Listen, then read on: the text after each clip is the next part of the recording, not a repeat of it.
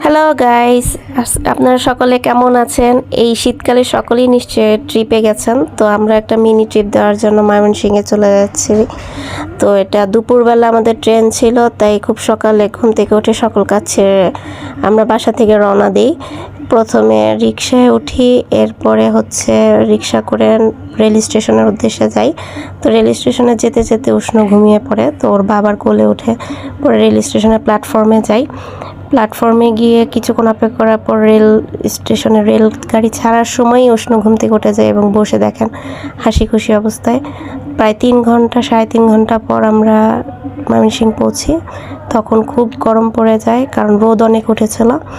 এরপর রেল স্টেশনের পাশেই আমরা কিছু ছাগল বাঁধা দেখতে পাই, যেগুলো দেখে উষ্ণ খুশি হয়ে এগুলোর সাথে খেলতে থাকে। তো দেখুন, ছাগলদের সাথে খেলছে। তো যেহেতু ঢাকায় এগুলো দেখা যায় না, তো এদের সাথেও খুব খেলে।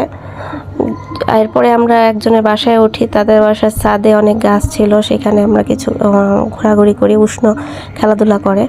তো এরপরে সন্ধ্যাবেলা আমরা ময়মনসিংহ একটা মন্দিরে যাই। এটা হচ্ছে শিব মন্দির। তো এইখানে কিছুক্ষণ থাকি। যেহেতু আমাদের ট্রিপটা ছোট ছিল, তাই বেশি জায়গায় ঘোরা হয়নি, কাজেই সারাদিন পার হয়ে গিয়েছিল।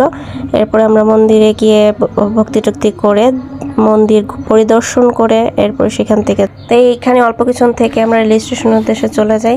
তো রেল স্টেশনে গিয়ে দেখি ট্রেন আসতে অনেক দেরি। তো এখানে উষ্ণ একটা সুন্দর একটা বিড়ালের সাথে খেলা করায়।